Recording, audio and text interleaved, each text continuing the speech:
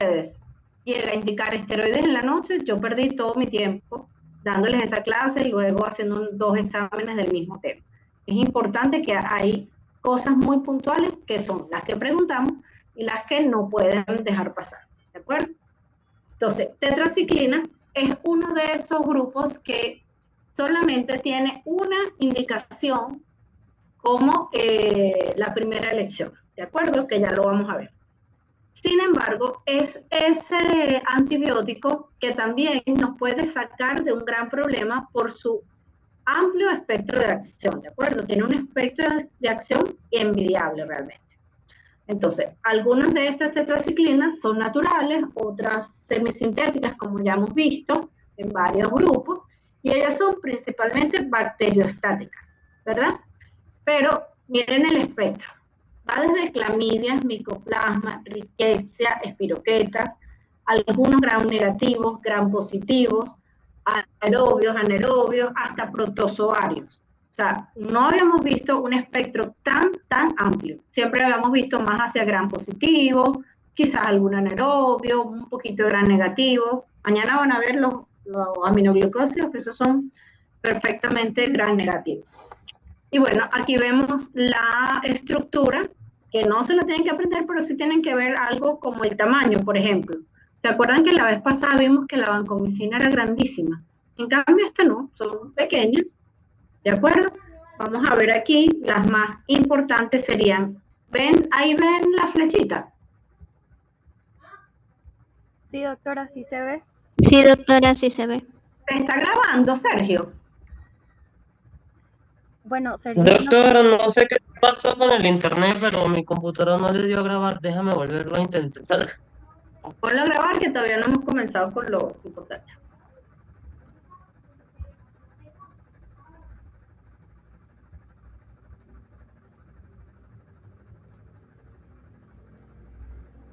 Bueno, yo sigo hablando porque realmente esto luego lo pueden ver allá. O sea, no es tan... Ajá, aquí ven a la derecha arriba la aminociclina. Esta es utilizada, pero tiene varios efectos adversos, por lo cual se utiliza más tópica ahora. Vamos a decir como que el grupo se llama tetraciclinas y hay un antibiótico que se llama justamente así, tetraciclina, ¿de acuerdo? Aquí está, lo vemos acá. Este es uno de los más utilizados actualmente, que es la doxiciclina. Y se consigue en Venezuela en presentaciones de 100 y 200 miligramos. También se consigue, por cierto que tienen que saberlo, porque se consiguen en presentaciones alemanas, latinas y hasta hindúes. Y bueno, cada quien con su preferencia y con su criterio médico, pero es importante a veces aprender o saber qué antibióticos están enviando y de qué país está viniendo, porque a veces no mejoran los pacientes, pero que bueno, es una doxiciclina de un origen no tan confiable. Eso es importante. Vamos por aquí. Doc, ya se está grabando. Ya se está grabando, chévere, buenísimo. La metaciclina también. Entonces, ahí ven. Ajá, se escucha alguien. Bien. Los mecanismos de acción. Este entra en la célula o en tal caso en la bacteria, porque también entra en la célula. Ya vamos a ver la importancia de esto. Bueno, y entra por canales hidrófilos formados por porinas, que son proteínas de la membrana externa del patógeno, y también por un transporte activo, por un sistema que depende de energía. O sea, entra de varias maneras, y una vez dentro de la célula se une a la subunidad 30S. Lo clasifica. ¿Cuáles a las 30S? ¿Cuáles a las 50S? ¿De acuerdo? Bueno, eso al final lo que hace es que no se une al ARN, no se producen las proteínas y bueno, por tanto el crecimiento de la célula, y por eso es un bacteriostático. También puede inhibir esta misma síntesis en células de los mamíferos, por eso aquí arriba decía que entra a la célula o a las bacterias, ¿ves? Y permite una actividad selectiva contra el organismo. Como siempre, se han hecho resistencia a la tetraciclina, son uno de los más viejos de los antibióticos, y hay resistencia por plásmidos, que puede ser inducible. Se puede prevenir la acumulación del antibiótico dentro de la célula por menor penetración o adquisición de una vía de salida que depende de energía. También puede ser porque se produjo una proteína de protección ribosómica o simplemente una desactivación enzimática, varios mecanismos de resistencia.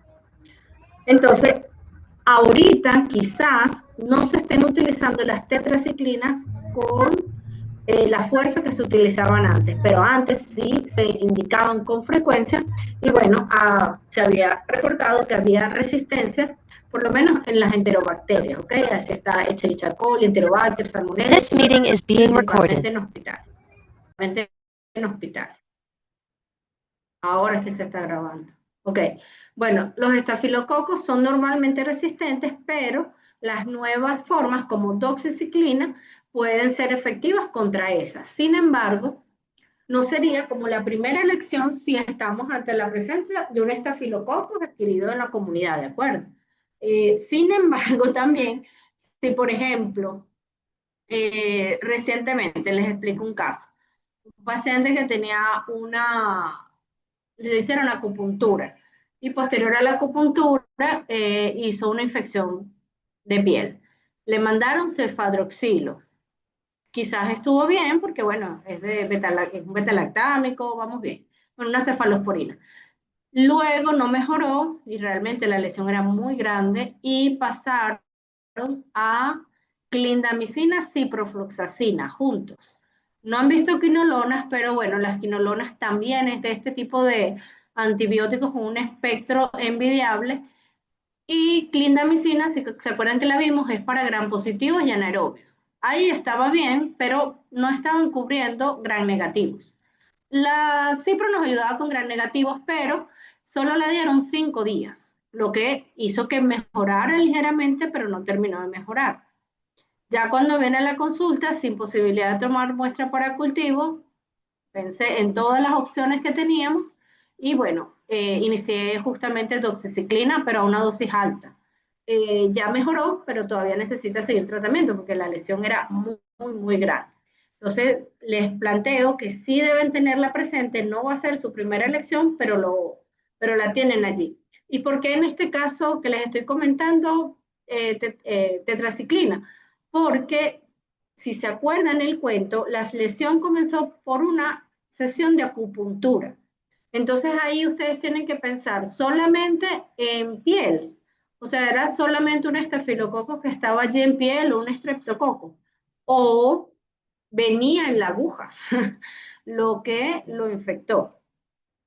No pueden quedarse entonces, dependiendo de cómo fue la historia, pensar que solo son unos gram positivos. Ahí debió haber algo más. Y por eso es que ahora con estos antibióticos grandes o de gran espectro es que ha funcionado. ¿De acuerdo? Entonces, importante siempre analizar todo el contexto. No solo la lesión, sino desde cómo inició y cómo ha sido la evolución. Bien. Ahora, también puede haber resistencia en los estreptococos, ¿de acuerdo? Incluso los neumococos, que es el que dice aquí.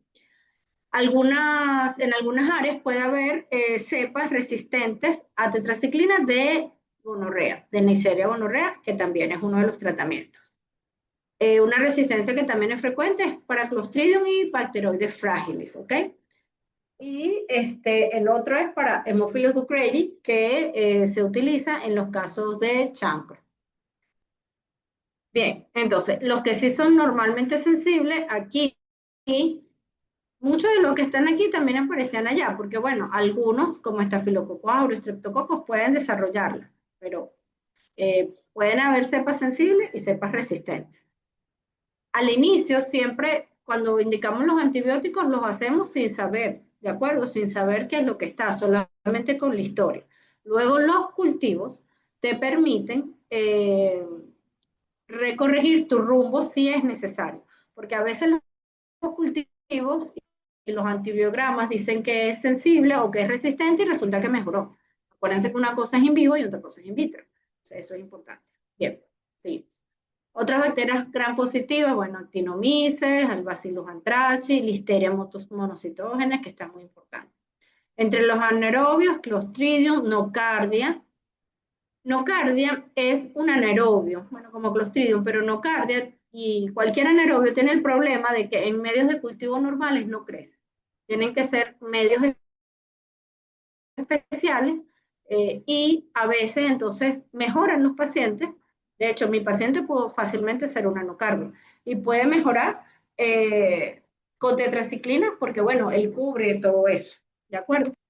Cutibacterium agnes es susceptible y, de una vez le hago aquí el spoiler, es justamente la primera elección. Cutibacterium agnes es el que complica las lesiones de acné y algunas foliculitis, ¿de acuerdo?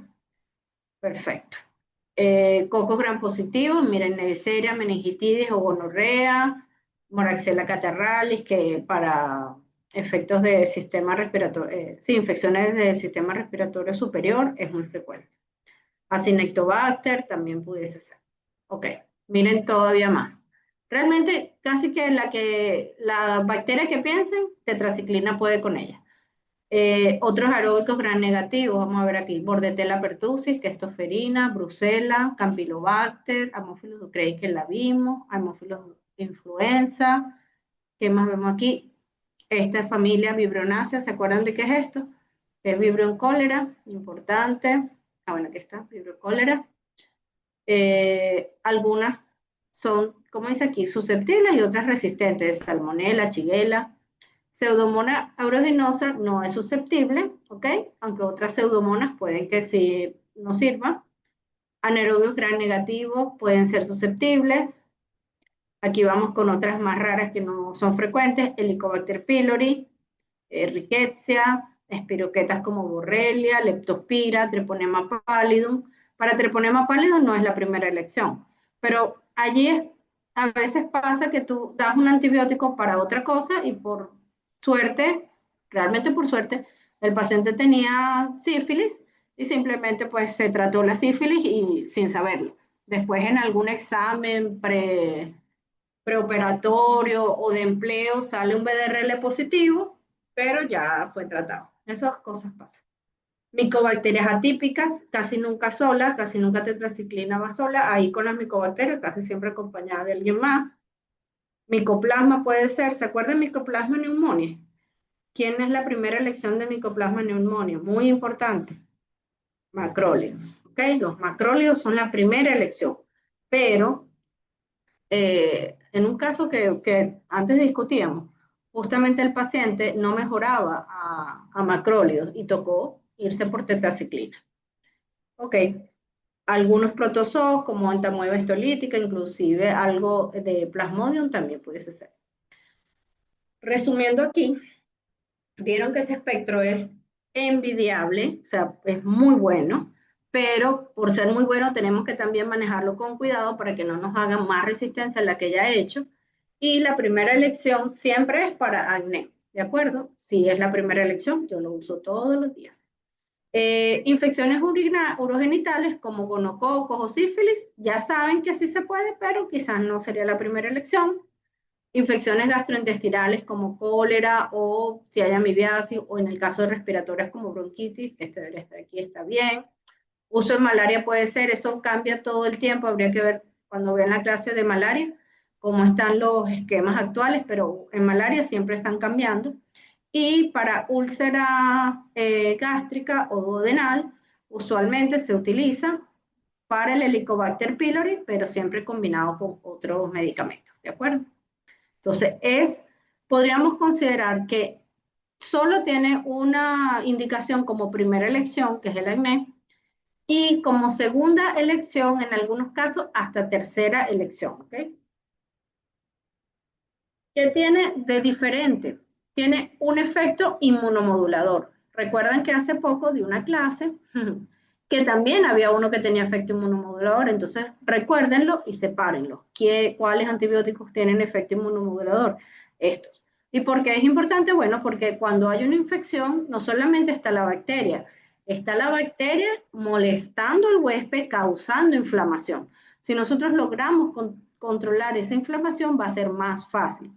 Además, a veces la bacteria no es el problema inicial. El problema inicial puede ser la inflamación que permite que la bacteria prolifere, que es, por ejemplo, el caso del acné, de la rosácea, de todas estas enfermedades de piel, donde hay una inflamación primaria del folículo piloso, o sea, que tiene el pelito y tiene la glándula, Y al haber inflamación allí, entonces luego hay una proliferación del Cutibacterium acnes, ¿de acuerdo? Pero bueno, no solamente en piel, que es el último que está allí, que si ven, dice uso en acné, que puede ser tópico, oral. Sí puede ser tópico, pero utilizamos sobre todo la aminociclina, o últimamente se utiliza más la aminociclina, aunque en Venezuela no hay, pero en el mundo sí la hay. Tópico, por ejemplo, en acné se utiliza más clindamicina o eritromicina, es decir, los macrólidos. Bien, entonces el tratamiento usualmente puede ser muy largo, miren, como dice aquí, desde 3 meses hasta 2 años, sin parar. Pero eso han tratado de bajarlo para que si en 3 meses ya el paciente está bien, pues no continuar, ¿de acuerdo? En otras patologías donde nos sirve ese efecto inmunomodulador, es como dice allí, en ulceraciones en la boca, ¿de acuerdo? Hay pacientes que tienen aftas recurrentes, o sea, que no mejoran con otros tratamientos y allí pues también puede haber una sobreinfección y sería ideal utilizarlo en las ulceraciones como un enjuague. Hacen como buches. Bien, en problemas reumáticos también pudiese ser, siempre en artritis reumatoide, realmente ahí ¿se acuerdan glucocorticoides? Bueno, ahí se utilizan mucho los glucocorticoides, pero los glucocorticoides tienen ese montón de reacciones adversas que hacen que quizás no lo pueda seguir tomando para siempre y bueno, es una opción, aunque no es tan usada, pero es una opción. Bien, o sea, por ejemplo, si usted tiene que, a juro, indicarle un antibiótico a un paciente con artritis reumatoide, pues es mejor indicarle ya uno que le ayude por lo menos a la artritis, que mate la bacteria y ayude a la artritis.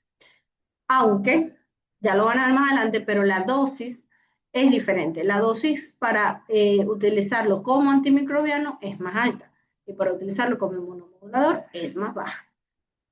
Desde el punto de vista de la absorción, no se absorben completamente, pero tampoco están malas. 60-80%, no es como por ejemplo la vancomicina que casi que no se absorbe. Tiene una buena absorción. Claro, tenemos otras como la limeciclina que tiene una absorción del 100%, esa es excelente, pero esta está adecuada. Ok, lo que sí es que se disminuye con la comida, ¿de acuerdo? Especialmente los productos lácteos. Los nuevos, como la doxiciclina o la aminociclina, ya no son tan afectados por consumirlos con el alimento. Sin embargo, es preferible siempre que no lo coman, no tomen el medicamento exactamente al mismo momento de la comida, ¿de acuerdo? Bueno, eso que dice la formulación con fosfato, eso es simplemente que los farmacéuticos, para que algo se absorba mejor o se absorba menos, si no quieren que se absorba, cambian las sales para que se absorba más o menos, o tengan diferentes características farmacocinéticas. Bien. ¿Qué más aquí? La administración, bueno, las concentraciones pico ocurren en 1 a 3 horas, y esto sí es importante. ¿Cómo usted le va a indicar la tetraciclina? Entonces, con el estómago vacío, que significa antes de comer o 2 horas después de la comida, para que ya se dé el vaciamiento gástrico, para aumentar la absorción, ¿ok? Con abundante aporte de líquido. Entonces, ¿cómo se escribe? Se escribe: tomar una cápsula de doxiciclina 1 hora antes de almuerzo. Entonces, ¿a qué hora usted almuerza? A las 12. Entonces, en el récipe usted pone 11 a.m. y almuerza a las 12. No se le vaya a olvidar que él dijo que almorzaba a las 12, ¿de acuerdo? Y almuerza a las 12, es decir, almuerza 1 hora después. Tomar, y al final pone, tomar con un vaso de agua completo, ¿de acuerdo? Abundante líquido.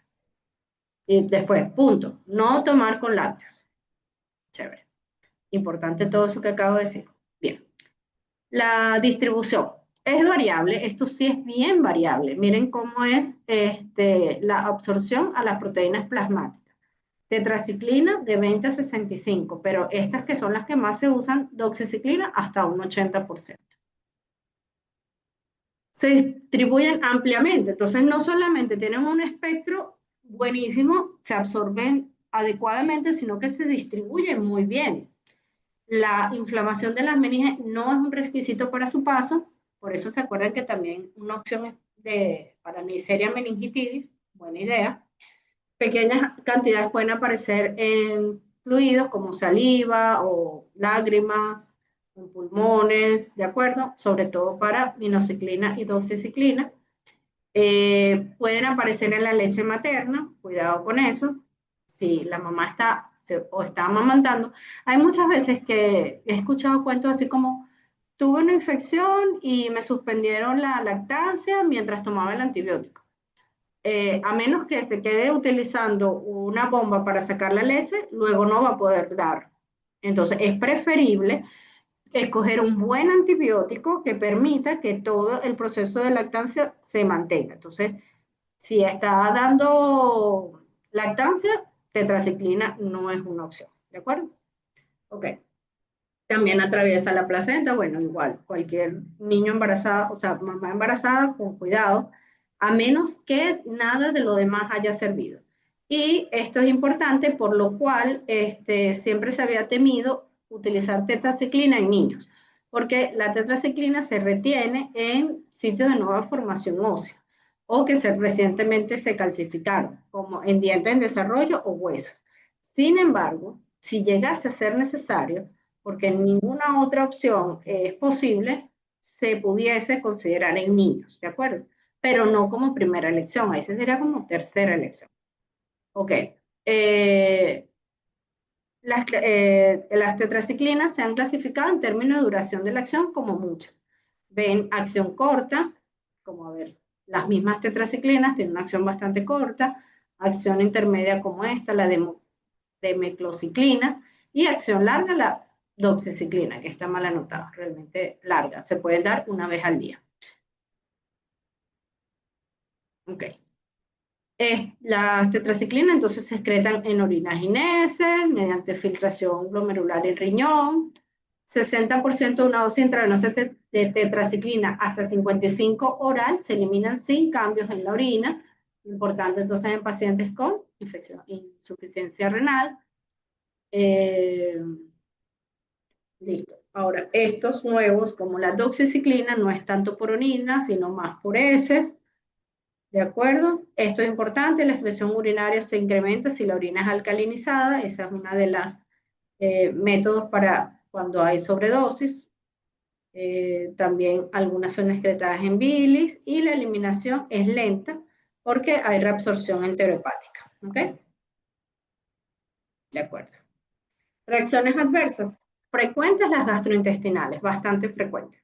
Náuseas, vómitos y diarrea, probablemente por irritación. Acuérdense también, la tetraciclina, ese amplio espectro de acción puede hacer que barra la microbiota y eso puede pasar en con todos los antibióticos, con algunos más que otros. Entonces, lo que hay que hacer es que mantenga una dieta equilibrada. Si sabe que algo le cae mal, pues no es el momento de comerlo. Y pueden asociar probióticos luego al menos 2 horas después de tomar los antibióticos. Si pueden separarlos más, mucho mejor. Bien, frecuentes puede ser boca seca, inflamación de la lengua, decoloración de la lengua, estomatitis, disfagia, incluso hasta úlcera esofágica cuando toman con poco líquido. Porque ciertamente a veces uno toma con poco líquido, por eso las instrucciones deben ser bastante completas y tomar así, no tomar con agua, tomar con un vaso de agua. ¿Ok? Poco frecuentes, candidiasis, vulvovaginitis y prurito. ¿Por qué estas otras infecciones? Bueno, porque al tener ese amplio espectro de acción nos barre toda la flora y comienzan a crecer otro tipo de hongos o incluso otras bacterias y comenzar a molestar. Un poco más rara, ¿se acuerdan quién también hacía colitis pseudomembranosa? ¿Se acuerdan? ¿Se acuerdan? Si no se acuerdan, lo busco. ¿Sí? Bien, puede haber disfunción renal, ¿ok? Cuidado con eso, incremento de enzimas hepáticas puede ser, decoloración de los dientes, por eso el tema con los niños, presión intracraneal elevada, visión borrosa, puede haber fotosensibilidad, que esa es otra cosa que hay que poner, no exponerse al sol, ¿ok? No se pueden exponer, van a ponerse más rojos mucho más rápido de lo que usualmente hubiese pasado. Y bueno, miren, la cantidad de reacciones adversas es tan larga como su espectro de acción, su espectro antimicrobiano, por eso hay que tener cuidado. Las interacciones también son altas. Por ejemplo, con antiácidos no, porque se acuerdan que ella tenía un problema con los alimentos, que si tenían iones, y aquí justamente todos ellos no. ¿Y cuándo esto es importante? Uno dice, bueno, pero ¿por qué va a tomar antiácidos? ¿Se acuerdan que se utiliza para úlceras pépticas? Si tiene Helicobacter pylori, entonces bueno, eso hay que tener cuidado allí. Otra cosa, por ejemplo, la isotretinoína, que no sé si la conocen, pero la isotretinoína antes se llamaba Roacutan, ahora Cuticlin, eso se utiliza justamente para acné. Y los pacientes creen que también es un antibiótico y no es nada que ver con un antibiótico.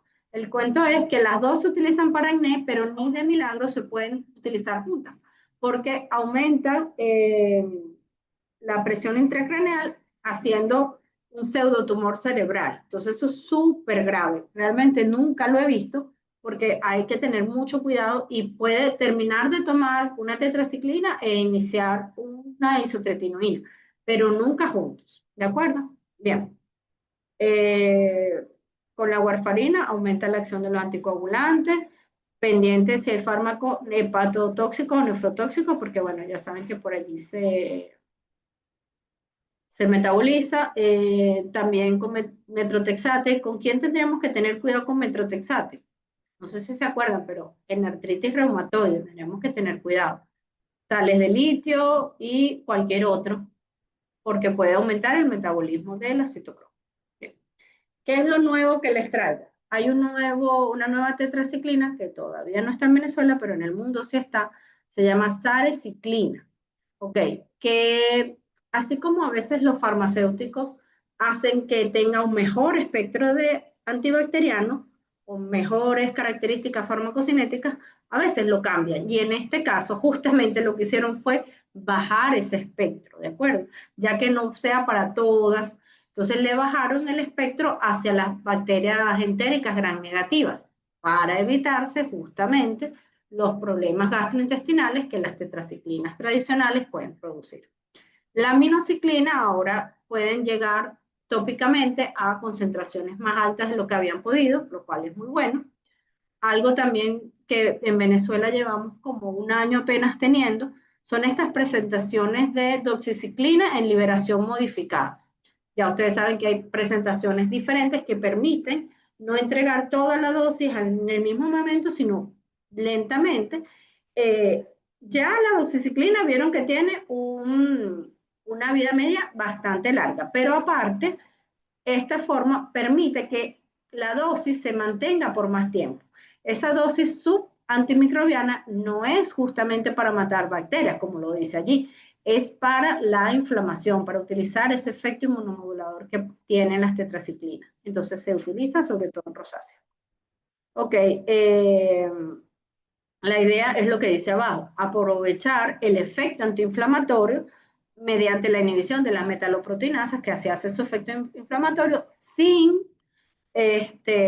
inducir más resistencia bacteriana, que eso es importante. Por cierto, bueno, imagino que eso se lo dijeron cuando le dieron resistencia bacteriana, que si uno inicia un tratamiento no es que lo está cambiando, oye, hoy me parece que lo voy a cambiar, tienen que esperar un tiempo para poder hacer la rotación de antibióticos. Ok, ese es el antibiótico fuerte de hoy, la familia fuerte, nos quedan dos nada más, ¿ok? Uno es esta familia que se llama glicilciclinas y su representante es la tigecyclina. Estructuralmente se parece a las tetraciclinas, pero también lo modificaron para prevenir mecanismos de resistencia. También bloquea la síntesis de proteínas a nivel de la subunidad 30S. En adulto pudiese utilizarse como monoterapia para patógenos multiresistentes. Usualmente, patógenos multiresistentes no se tratan con un solo medicamento, pero este antibiótico es tan bueno que pudiese ser para enterococo resistente a banco o Klebsiella productoras de BLE o Acinetobacter resistente a carbapene. ¿De acuerdo? Bien chévere. Y miren que la mayoría de las pseudomonas son resistentes. Entonces, este no va contra las pseudomonas y los anteriores van o no van. Si no se acuerdan, lo anotan. ¿Quién es antipseudomona? Importante. Y no son. Las tetraciclinas tampoco nos ayudan ahí. No contra pseudomonas aeruginosa, que es el problema mayor que tenemos. Quizás contra otras pseudomonas. Bien, una excelente actividad contra la mayoría de los anaerobios, hasta con algunas micobacterias.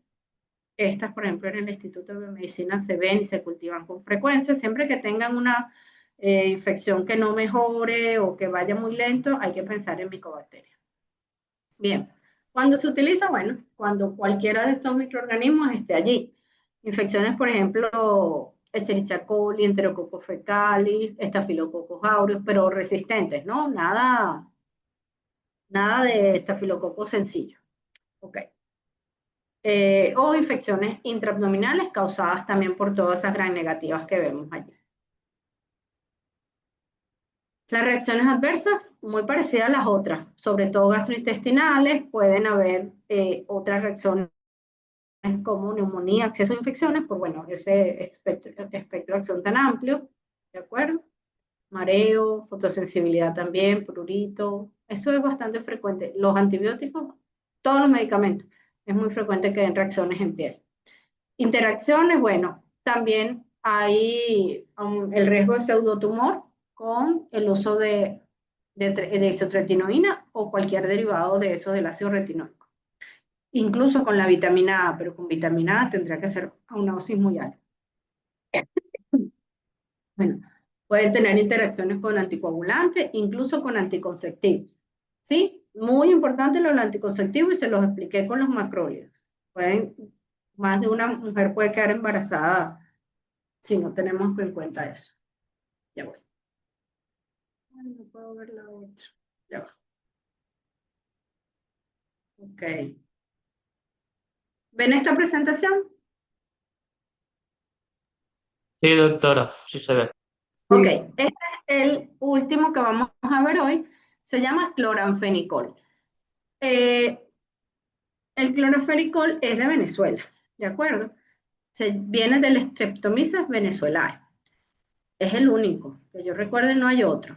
No muchos países pueden decir que tienen un antibiótico, que han aislado un antibiótico tan potente como el cloranfenicol, pero que tiene algo que ha hecho que en mi vida nunca lo he utilizado y si lo tuviera lo pensara muchas veces para utilizarlo. Ya les explico bien. Entonces, bueno, los actinomicetos, que es de donde se extrajo el cloranfenicol, producen muchísimas sustancias, ¿de acuerdo? Y más o menos 1500 tienen alguna actividad, sí, alguna actividad contra las bacterias. Normalmente no son tan fuertes, por lo que no se utilizan. Pero se consiguió que este sí, el cloranfenicol, es de amplio espectro y es activo vía oral, o sea, una maravilla. Y imagínense, para el 47, hace mucho tiempo. La primera vez que se usó, luego de que lo habían sintetizado, porque producirlo era muy barato, pero no se había encontrado un momento como donde usarlo, y lo usaron porque hubo una epidemia de tifus en Bolivia. ¿Okay? Se trataron 22 pacientes que tenían rickettsiosis, de los que 5 se ayudaban graves, y todos los enfermos se recuperaron, y bueno, fue el boom. Comenzó a estar disponible, ¿ok? Luego de que ya lo extrajeran naturalmente, lo lograron sintetizar, era bastante barato, ahí dice que era una mina de oro para el laboratorio, muchísimos pacientes fueron tratados hasta que se comenzaron a reportar los efectos adversos, que hay uno que es el que ha hecho el gran problema, que es la aplasia medular, ¿de acuerdo? Que causa, bueno, imagínense lo que es una aplasia medular. Inicialmente se había estimado que no era tan frecuente, sino 1 en 20.000 pacientes, pero ya se sabe que puede ser, de acuerdo al sitio, de 1 en 10.000, o sea que no es tan frecuente, aunque también puede ser 1 en 45.000, dependiendo, pero es que ese 1 se la va a ver muy mal, ¿de acuerdo? Entonces, como dice, aunque la incidencia no era tan alta, el problema es que la mortalidad de ese afectado sí era muy alta, hasta 80% de ese afectado. La FDA entonces todavía, de hecho, permite que se comercialice. Hay varios países que la usan, como en Colombia, pero con ese recuadro negro que puede producir aplasia medular durante su empleo. No solamente continuado frecuente, realmente durante su empleo. Entonces, bueno, ¿para qué quedó el cloranfenicol? Quedó principalmente para resistencia o alergia a otros antibióticos. Ya les explico más de esto. Bueno, él pertenece a este grupo de los fenicoles, De hecho, sí sacaron uno nuevo, que es el que ven abajo, que es el tianfenicol. ¿Ok? Realmente la diferencia es que se excreta sin metabolizar, ¿ok? No es necesario reajustar en insuficiencia renal a moderada, pero no es que se demostró que con él vamos a evitar la plasia medular. Entonces, igual no ha habido como mucho avance allí. La absorción era elevada, eso magnífico. La unión a proteínas no tan alta, 50%, una distribución amplia, algo que requeríamos, amplia en líquidos corporales en todos lados. Miren, presencia o ausencia de inflamación igual entraba. Este, ya vimos que se elimina por el riñón, aunque también puede haber conjugación con ácido glucurónico. Y la semivida directamente proporcional a la concentración de bilirrubina. ¿Cuál es su mecanismo de acción? Bueno, inhibe a las proteínas, la síntesis de proteínas de bacterias y también en menor grado en células eucariontes, que por eso es que hace la plasia medular. ¿Sí? Ese es un problema. Bueno, penetra las bacterias por difusión facilitada, inhibe la enzima peptidiltransferasa y finalmente se une reversiblemente a la unidad ribosómica 50S, cerca del sitio de macrólidos y clindamicina. ¿Okay? Con quien establece inhibición competitiva. Importante. Ok. Entonces, bueno, se bloquea la síntesis también en mitocondrias de las células de los mamíferos. Y para que sepan, los ribosomas mitocondriales son similares a los ribosomas bacterianos. ¿Ok? Entonces, se consideran realmente bacteriostáticos porque inhiben la síntesis ribosómica, pero pudiesen ser bactericidas. ¿Recuerdan quién también pudiese ser bactericida? ¿Se acuerdan de los macrólidos? Ok. Así pueden ir estudiando esto y se va haciendo un poco más sencillo. ¿Quién se parece? Se parecen eso a los macrólidos. Dependiendo, aquí en este caso, en la fase del ciclo celular que la deba. ¿Sí? Sobre todo cuando está una fase de multiplicación rápida. Mecanismo de resistencia, bueno, puede ser transmitida por plásmidos, ¿ok? Y se han descrito 4 mecanismos. Este es uno, la resistencia por plásmido, la alteración a la permeabilidad bacteriana, pérdida de una proteína de membrana e inactivación del antibiótico por nitrorreducción. Ok. Hematología, bueno, lo importante, puede haber anemia, leucopenia, trombocitopenia o las tres juntas, que las tres juntas sería aplasia de la médula ósea. No parece ser estar relacionado ni con la duración ni con la dosis administrada, y ese es el problema, porque por ejemplo, van a ver que aminoglucósidos luego de 10 días es que tú comienzas a estar nervioso por la oto y nefrotoxicidad, o se acuerdan en glucocorticoides. Una dosis capaz no, pero más de 10 días también de glucocorticoides ya estamos pensando en una insuficiencia suprarrenal. Aquí no es así. O sea, no sabemos ni si tiene qué dosis ni cuánto tiene que durar para que realmente haga la plaza. Y aparentemente esto es por una predisposición hereditaria, es decir, los genes de cada persona van a predisponer si el cloranfenicol puede hacer o no hacer la plaza. Si se pudiera hacer estudios genéticos a los pacientes antes de iniciar el cloranfenicol, pudiésemos también estar más tranquilos de indicarlo, ¿de acuerdo? Pero ese tipo de estudios no, yo nunca los he visto, pero algún día los harán.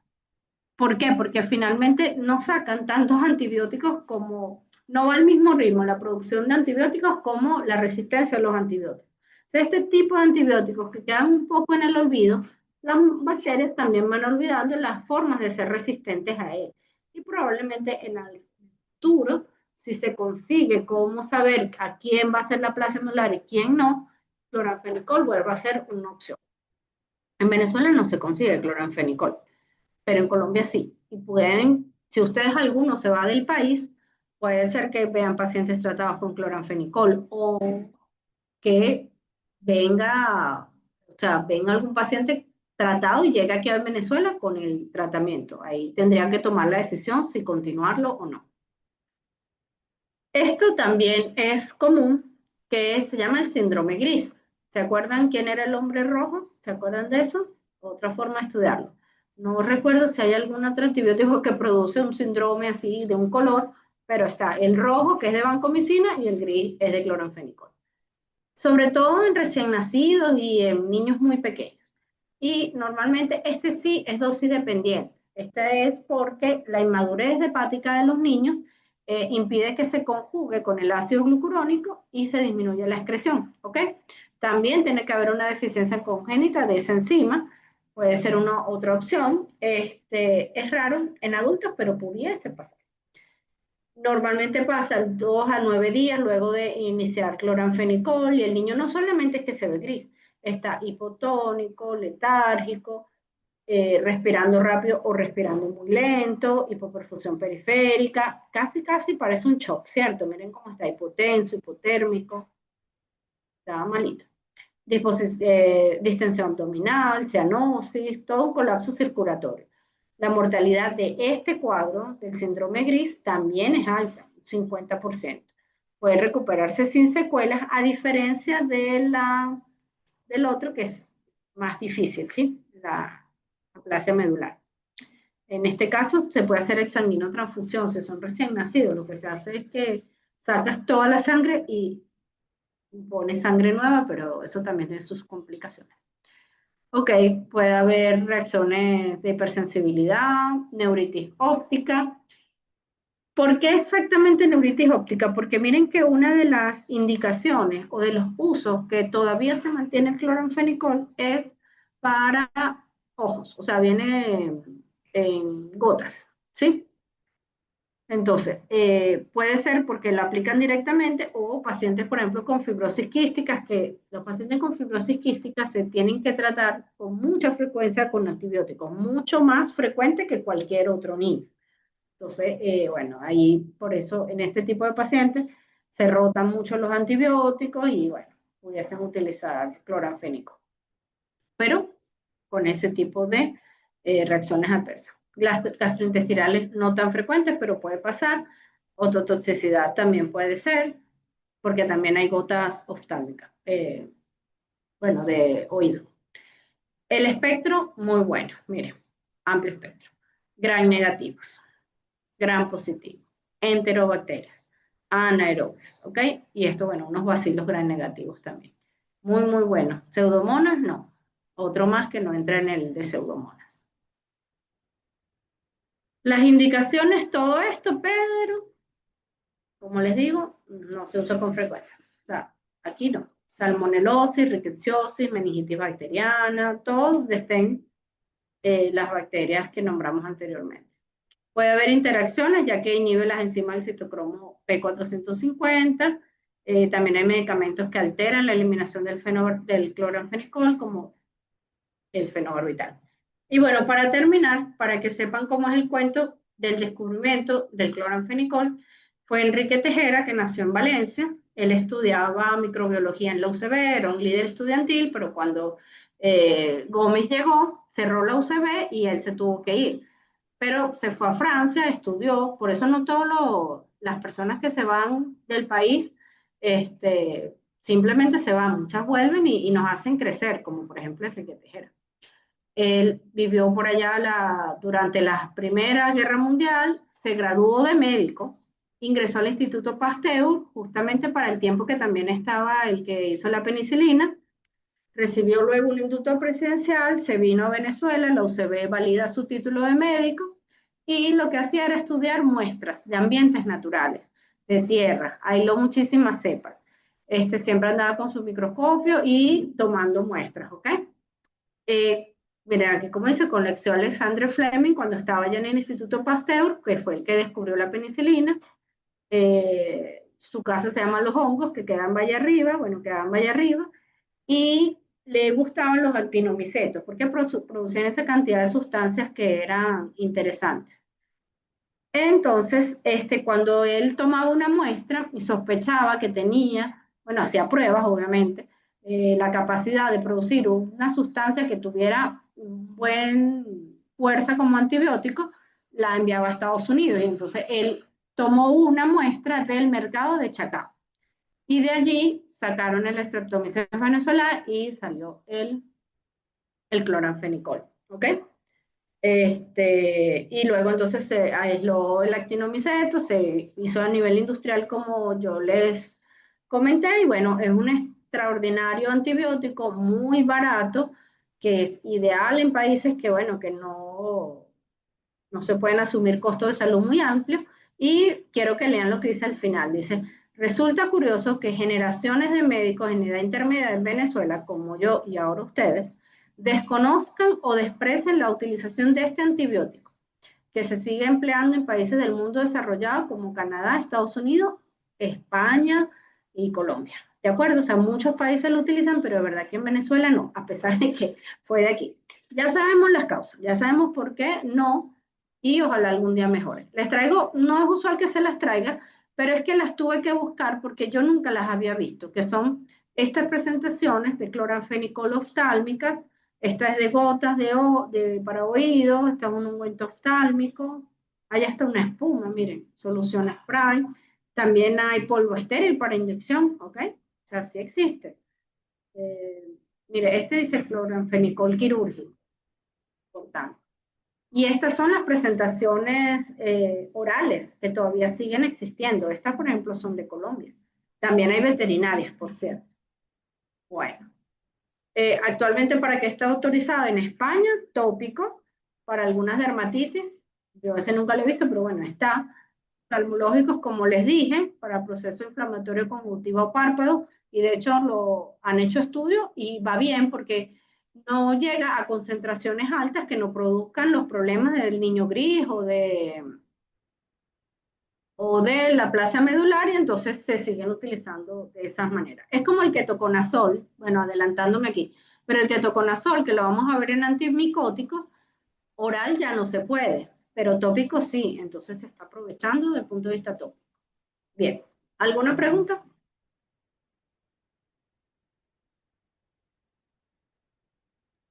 Gracias, doctora, Por por ahora su no, clase. doctora, gracias.